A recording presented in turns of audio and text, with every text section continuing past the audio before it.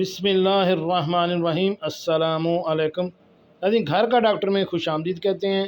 آج کی ہماری اس ویڈیو کا موضوع خون میں نارمل شوگر یعنی ذیابیطس کا کنٹرول اور مکمل نگہداشت، اس کے بارے میں بھی آپ کو تفصیل سے بتاتا ہوں۔ شروع کرتے ہیں آج کی ویڈیو۔ ناظرین، ذیابیطس کا کنٹرول اور مسلسل نگہداشت۔ ذیابیطس کا کنٹرول، ذیابیطس کی نوعیت عام امراض سے مختلف ہے۔ یہ ایک مستقل عارضہ ہے جو مسلسل علاج ہی سے قابو میں رہتا ہے، اس لیے ذیابیطس کا علاج کنٹرول کہلاتا ہے۔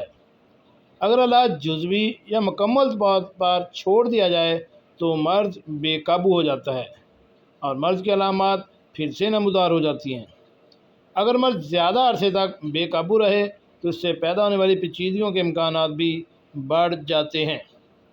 خون میں شکر کی مقدار کی سطح۔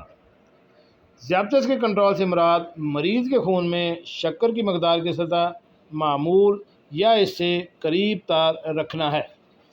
اچھا کنٹرول وہی ہے جس میں 24 گھنٹے میں شکر کی سطح معمول یا اس کے قریب تر رہے۔